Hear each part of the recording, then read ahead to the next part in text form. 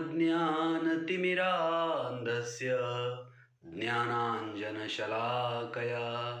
चक्षुरुन्मीलितं येन तस्मै श्रीगुरुवे नमः। जगद्गुरु श्रील प्रभुपाद की जय।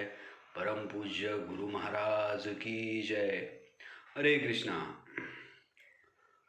आपल्याला हा जो दुर्लभ मनुष्य देह किंवा मनुष्य जन्म मिळालेला आहे, या दुर्लभ मनुष्य जन्माचा जो कालावधी आहे तो मर्यादित आहे।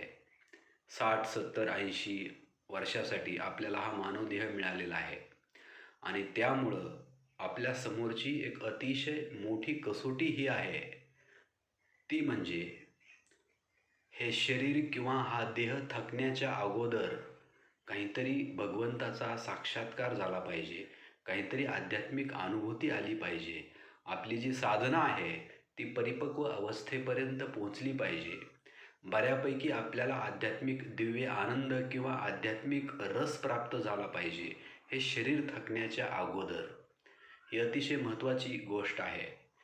ज्या पद्धतीनं एखाद्या महत्त्वाच्या वर्ल्ड कपच्या फायनल मॅचमध्ये खेळत असणाऱ्या त्या खेळाडूंसमोर अतिशय अटीतटीची परिस्थिती असते, शेवटच्या काही ओव्हरमध्ये एवढ्या बॉलमध्ये एवढ्या रन काढायचे आहेत, त्या पद्धतीनं हा दुर्लभ मनुष्य देह मिळाल्यानंतर आपलं सध्याचं वय, सध्याची तब्येत, सध्याची प्रकृती आणि जास्तीत जास्त दिवस, आणखीन जास्तीत जास्त किती वर्ष हा देह आपल्याला साथ देईल, आपली प्रकृती, आपली तब्येत आणखीन किती वर्ष चांगली राहील आणि आपली साधना अजून किती शिल्लक आहे, आपली अनर्थ निवृत्ती किती प्रमाणामध्ये झालेली आहे, आपलं चित्तशुद्ध किती पद्धतीनं किती प्रमाणामध्ये झालेलं आहे, आपल्याला काही आध्यात्मिक अनुभव आलेला आहे का नाही, आपली आध्यात्मिक प्रगती किती झालेली आहे, भक्तीमध्ये आपण कोणत्या अवस्थेपर्यंत आहोत आणि आणखीन आपल्याला किती टप्पा गाठायचा आहे, याचा संपूर्ण गोषवारा किंवा याचा पूर्ण डिटेल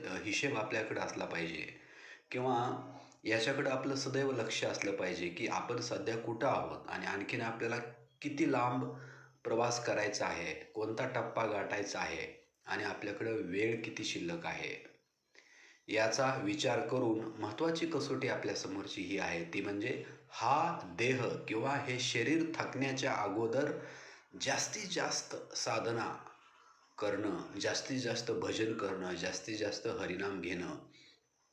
कारण की एकदा का या देहाच्या, या शरीराच्या काहीतरी कुरबुरी चालू झाल्या किंवा या शरीराचं आरोग्य जर एकदा खराब झालं, एखाद्या अवयवाचा काहीतरी दवाखाना पाठीमागं लागला, कुठला तरी रोग जडला किंवा एकदा दवाखान्याची पायरी चालू झाली, या शरीराच्या आरोग्याच्या काहीतरी तक्रारी चालू झाल्या की नंतर आपल्याला ध्यानपूर्वक मन लावून पाहिजे तशी साधना करता येणार नाही। आणि म्हणून जोपर्यंत हा देह चांगला आहे, सशक्त आहे, निरोगी आहे, तरुण आहे, तोपर्यंत जास्तीत जास्त आपण भजन केलं पाहिजे। असं एक संरक्षण शास्त्रामध्ये एक वाक्य आहे, ते म्हणजे शांततेच्या काळात घाम गाळल्यास लढाईमध्ये रक्त कमी सांडतं। शांततेच्या काळात घाम गाळल्यास लढाईत रक्त कमी सांडतं। जेव्हा युद्धाची परिस्थिती नसते, शांत वातावरण असतं, तेव्हाच जे सैन्य घाम गाळतं, मेहनत करतं, तयारी करतं, तशा सैन्याचं लढाईमध्ये रक्त कमी सांडतं।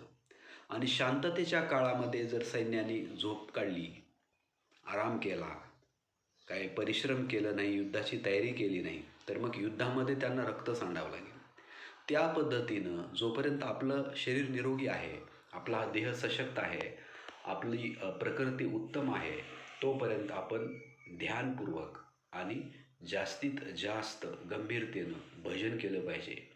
एखादा धनाचा लोभी मनुष्य ज्या पद्धतीनं जास्तीत जास्त धन कमवण्यासाठी प्रयत्नशील असतो, त्या पद्धतीनं ज्याला याच जन्मामध्ये भगवंताची प्राप्ती करायची आहे, अशा साधकानं हरिनामाबद्दल लोभी झालं पाहिजे, हरिनामाबद्दल हाव निर्माण झाली पाहिजे, हरिनामाची एक प्रकारे ओढ लागली पाहिजे आणि जास्तीत जास्त हरिनामाचे डोंगरच्या डोंगर साचवण्यासाठी एखाद्यानं दिवसरात्र भजन केलं पाहिजे आणि दवाखान्याची गोळी चालू होण्याच्या अगोदर हरिनामाची झोळी भरून घेतली पाहिजे, जेणेकरून हे शरीर थकल्यानंतर किंवा या देहाची ताकद कमी झाल्यानंतर सुद्धा आपण त्या हरिनामाचा जास्तीत जास्त अभ्यास झाल्यामुळं कशाही अवस्थेमध्ये नंतर आपली जी चेतना आहे किंवा आपलं जे चित्त आहे ती वृत्ती आपली नामाकार राहील किंवा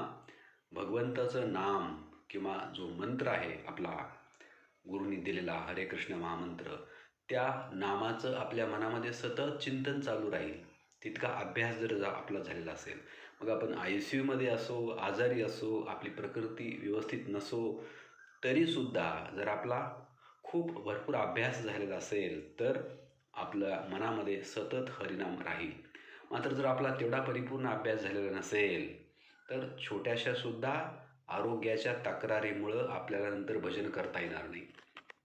आणि म्हणून महत्त्वाची कसोटी ही आहे, ती म्हणजे शरीर चांगलं आहे तोपर्यंत जास्तीत जास्त भजन एकत्र करणं आणि परीक्षा लांब आहे तोपर्यंतच अभ्यास पूर्ण करून परीक्षेसाठी तयार होणं, म्हणजे मृत्यू दूर आहे तोपर्यंतच भगवंताची प्राप्ती करून बसणं.